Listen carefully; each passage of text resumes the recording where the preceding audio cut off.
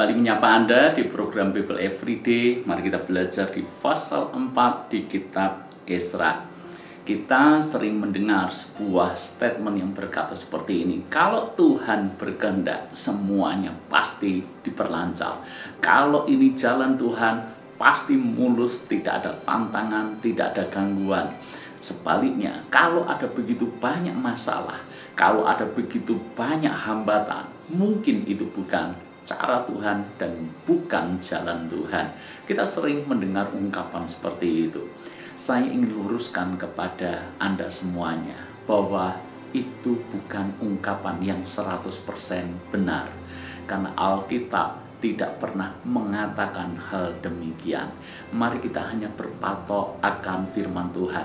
Kehendak Tuhan itu bisa terjadi entah dengan jalan yang mulus, dengan jalan yang lancar, semuanya diperlancar oleh Tuhan, ataukah bahkan ketika menghadapi banyak hambatan di sana sini, itu bisa tetap saja merupakan kehendak Tuhan. Jadi tidak ada yang mutlak untuk kita mengatakan ini kehendak Tuhan atau ini bukan kehendak Tuhan, hanya dilihat dari apakah ada hambatan atau tidak. Kalau kita berkaca dari Esra pasal yang keempat ini, pembangunan Yerusalem menghadapi hambatan, pembangunan bait Allah menghadapi tantangan. Padahal Tuhan sendiri yang menggerakkan Raja Kores untuk kembali membangun rumah Allah. Tentu saja ini datangnya daripada Tuhan. Kalau bukan daripada Tuhan, bagaimana mungkin orang asing membangun kembali rumah Allah bagi bangsa Yehuda? Tapi nyata-nyatanya kalau kita pelajari ayat demi ayat di pasal yang keempat, pembangunan bait Allah, sekalipun peletakan dasar bait suci sudah dilakukan, ternyata menghadapi banyak hambatan dan mengalami banyak halangan. Kalau kita baca satu persatu, misalnya di ayat yang kedua, mereka harus menghadapi tipu daya orang-orang yang tidak suka dengan mereka. Mereka berdalih ingin membantu pembangunan bait suci itu, tapi sesungguhnya mereka punya agenda tersembunyi. Bersyukur pemimpin Yehuda pada waktu itu, Zerubabel, mereka menolak uluran bantuan dari orang-orang yang sepertinya justru akan menjadi masalah di kelak kemudian hari. Lalu kemudian kalau Anda membaca ayat yang keempat, maka penduduk negeri itu melemahkan semangat orang-orang Yehuda dan membuat mereka takut membangun. Orang-orang Yehuda diintimidasi, semangatnya dibuat lemah, sehingga mereka seolah-olah putus asa. Mereka tidak yakin apakah pembangunan bait suci ini bisa terus berjalan. Kemudian masalah apalagi yang mereka hadapi? Mereka juga menghadapi masalah di mana orang-orang yang tidak suka dengan mereka ini, mereka mengirim surat yang ditujukan kepada Raja Artasasta.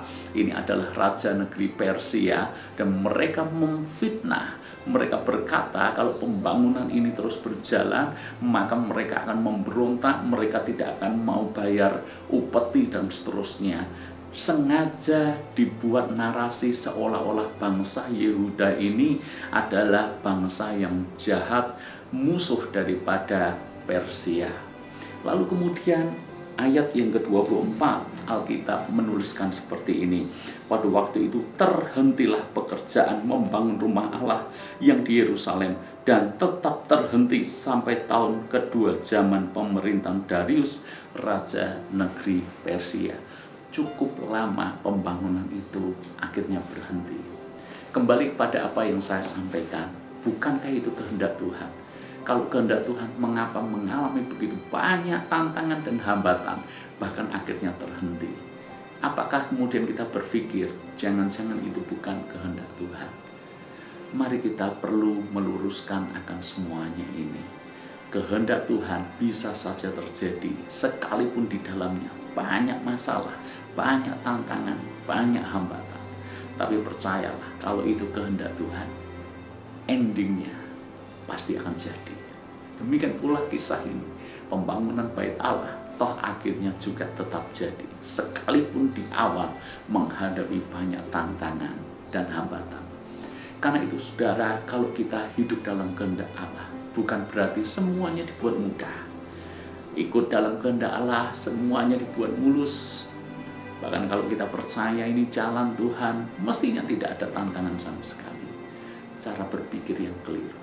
Kenapa dalam kehendak Tuhan kita masih menghadapi masalah? Kenapa dalam kehendak Tuhan kita menghadapi tantangan, tekanan yang sedemikian hebat? Jangan lupa, itu cara Tuhan membuat kita bergantung penuh kepada Tuhan. Kalau tidak ada tantangan dan masalah dan hambatan, kita akan menjadi orang yang menyombongkan diri kita sendiri. Kita akan menjadi orang yang terlalu percaya diri. Kita bisa handle itu dengan kekuatan kita. Kebergantungan kita kepada Tuhan menjadi berkurang. Tuhan tidak ingin hal itu terjadi. Dia izinkan banyak hal, tantangan, tekanan. Tujuannya apa? Kita terus cari Tuhan. Kita terus mengandalkan Tuhan. Sampai Tuhan menyatakan mujizat pertolongannya bagi kita semuanya. Jadi jangan keliru berpikir bahwa kehendak Tuhan selalu mulus dan hambatan berarti di luar kehendak Tuhan. Koreksilah akan hal itu. Yang kita percaya justru yang penting kita lakukan kehendak Tuhan, yang penting kita lakukan sesuai dengan firman. Kalau ada tantangan hambatan, itu artinya kita belajar bergantung kepada Tuhan. Karena kita yakin pertolongan Tuhan indah pada waktunya. Tuhan berkati.